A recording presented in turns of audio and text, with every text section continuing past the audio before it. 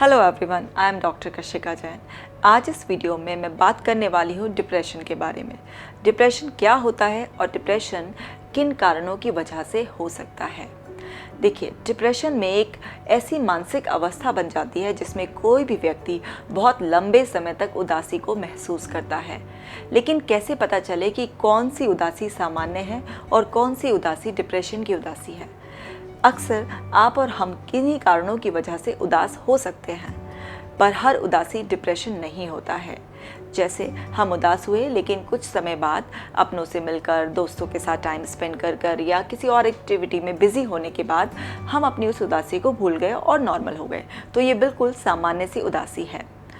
लेकिन ऐसी कंडीशन बनी रहती है जिसमें आप अपने लोगों के बीच में होकर भी अकेलापन महसूस कर रहे हैं, उदास हो रहे हैं, कोई भी एक्टिविटी आपको किसी तरीके से प्लेजर नहीं दे रही है और आप अनकंफर्टेबल फील कर रहे हैं और ऐसी उदासी लगातार 2 हफ्तों तक या उससे ज़्यादा समय तक बनी रहती है, तो सावधान हो जाइए, क्योंकि ये डिप्रेशन हो सकता है। आपको तुरंत एक एक्सपर्ट से मिलना है और ये पता लगाना है कि ये डिप्रेशन की उदासी है या नहीं है। तो इस तरह से आप समझ सकते हैं कि डिप्रेशन क्या होता है। अब मैं बात करती हूँ कि ये डिप्रेशन किन कारणों की वजह से हो जाता है। डिप्रेशन के मूलतः 2 कारण होते हैं, एक होते हैं बायोलॉजिकल रीजंस और एक होते हैं साइकोलॉजिकल रीजंस। क्या होता है बायोलॉजिकल रीजंस पे, हमारे अंदर केमिकल्स की जो केमिस्ट्री है वो बिगड़ जाती है। कुछ ऐसे मेजर केमिकल्स हैं जिनके इम्बैलेंस की वजह से हमें डिप्रेशन आ जाता है, जैसे नोरेपिनेफ्रिन, सेरोटोनिन, एंडोर्फिन, डोपामीन।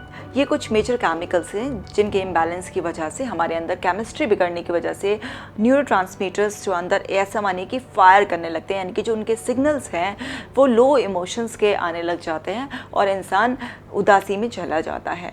और जब तक ये बैलेंस ठीक नहीं किया जाए वो उस उदासी को बार बार महसूस करता रहता है।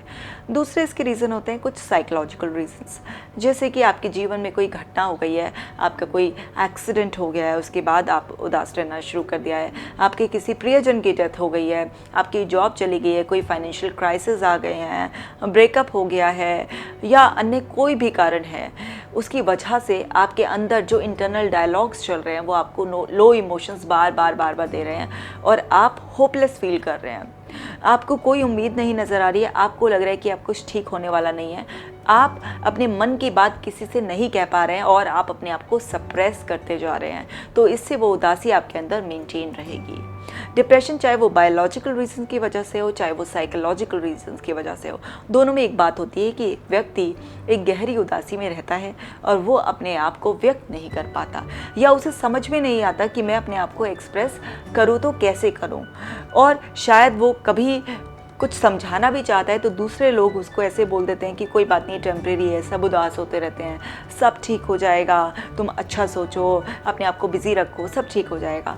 और वहाँ पर उस पर्सन का एक्सप्रेशन ब्लॉक हो जाता है, वो और उदास हो जाता है और फिर उसका डिप्रेशन बढ़ता चला जाता है। तो मैं हमेशा कहती हूँ कि depression is nothing just lack of expression.